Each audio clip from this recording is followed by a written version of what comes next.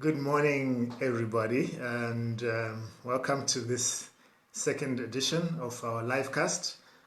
My name is Fortune Gezana, and I'm from the transformation team, and I'm so excited to be here for this second edition. Last week, we started on our journey of emotional intelligence and why it was so important in this era that we're living in the COVID environment that we find ourselves in. And so, just a reminder of our purpose as Transformation Team. Transformation Team is here to enable you to find meaning and well-being in your life. This is what I get up in the morning to do, and I love doing it. My colleagues, my teammates, absolutely love to, help you find meaning and well-being in your life. And so this morning, I'm going to take you through part 2 of the 7 characteristics of an emotionally intelligent person. But as I begin, I'm just going to take you through what this week is all about. And what a coincidence, because this week we commemorate what we call the Mental Wellness or Mental Health Awareness Week throughout the world. And this is exciting because it's really tying in and reminding us of why it's important to be a person with a high emotional intellect. And so, as I begin this, the theme for the Mental Health Week is that we should be kind. It talks about kindness. Why kindness? I believe that kindness and emotional intelligence are basically one and actually the same thing. So I said, as I begin my talk, I'm going to talk about, in brief, what kindness is all about. And I've broken it down into 2 parts. The first part is that kindness to self. What does kindness to self look like? And that's important. And then the second part is kindness to others. So we'll go back to the first part, which is kindness to self. And I've listed down 4 things that I think you should be aware of. The first part is that when you are kind to self, make sure that you are not overly harsh or critical of who you are as a person. Be gracious to yourself. It's important. The second part is that, you need to be a person who does not set impossibly high standards for yourself. So high that, all it does is just stress you out. Yeah, so it's important that you be kind to yourself in that sense. The fourth thing is that be wary of comparing yourself with other people. Yes, it's good to get benchmarks and be able to see how you perform, whether it's at work or whichever setting you find yourself in. But comparison with other people is something that can actually be detrimental to your well-being. The last bit on being kind to yourself is that we are people of performance, and so we're not always going to get it right. When things don't go right, be kind to yourself. Don't beat yourself over the head and just make life a misery for yourself. So those are the 4 things that I wanted to share with you about being kind to yourself. Then, when we talk about being kind to others,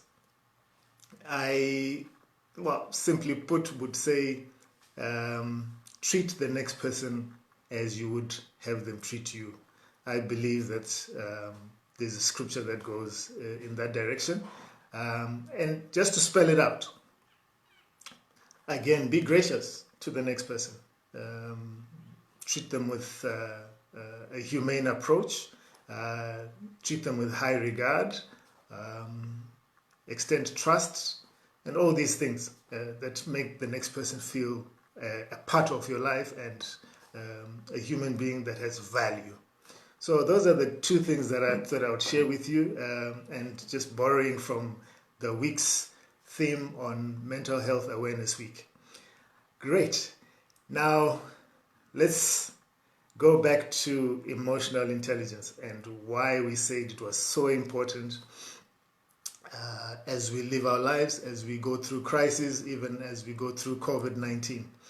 And just a quick reminder, we said the three characteristics we started off with last week. I will just brief you again. It's self-awareness was the first characteristic we looked at. And then we looked at expressions. How do you express yourself when you are in an emotional state? The last thing that we touched on last week was awareness of other people's emotions. And we said, you need to be empathetic and be able to understand how the next person is feeling. It makes sense.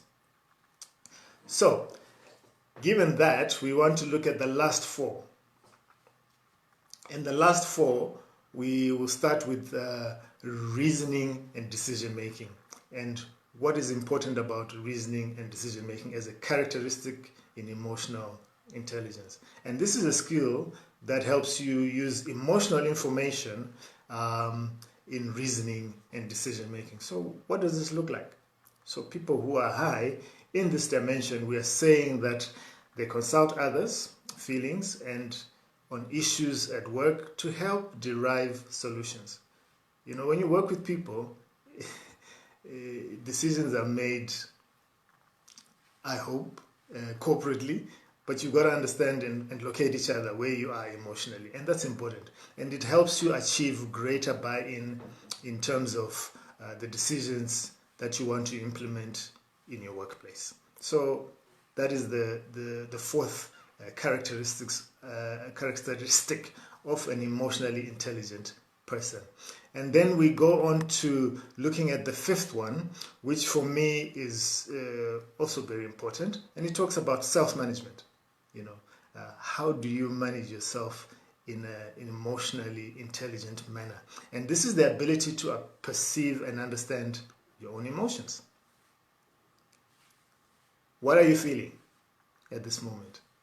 Okay, are you able to manage those feelings in a manner that is constructive and that is helping you achieve your goals, which is what we all want to do, isn't it? And so people who are high in this dimension were saying that they maintain an optimistic and positive disposition at work. Very important. Not just at work, I think also at home it's useful. In all spheres of your life, it's very important. And if you implement the strategies to help maintain this positive and outlook and emotions in your workplace, you actually find that you achieve a whole lot more through this characteristic of self-management. The next thing that I would like to look at as an emotionally intelligent person is that you want to manage other people. Now that sounds a little, sinister, but not really. What I mean in this sense is that this is a skill of influencing the moods and emotions of other people. You can actually do that. So how do you do that? Okay, you create an environment that makes people feel more optimistic and positive. It's that simple, because the opposite is also true. You can be a person who freaks everybody out, but you can also be a person that can create an environment that makes people feel more optimistic and positive. Okay, you can communicate and interact in ways and motivate and engage others in a positive direction. So this is the skill of managing other people, and I like that. So we then look at your last characteristic, which I believe very difficult to master, and this is what we are calling self-control. Self-control is having the ability to have what we call a long fuse, not a short fuse, but a long fuse. And with that, we're saying that you are a person who's able to contain self and strong emotions. Because, naturally, when you're in a work environment, you're going to rub each other the wrong way. You're going to see things differently. How do you manage yourself? And we talk about having a long fuse, being able to contain those raging emotions, and being able to, besides the anger emotions and all these negative ones, they can also be excitable side of things where you also want to manage that and be able to achieve your tasks in the given time, and so on and so forth. So having said all these 7 characteristics, what does it mean?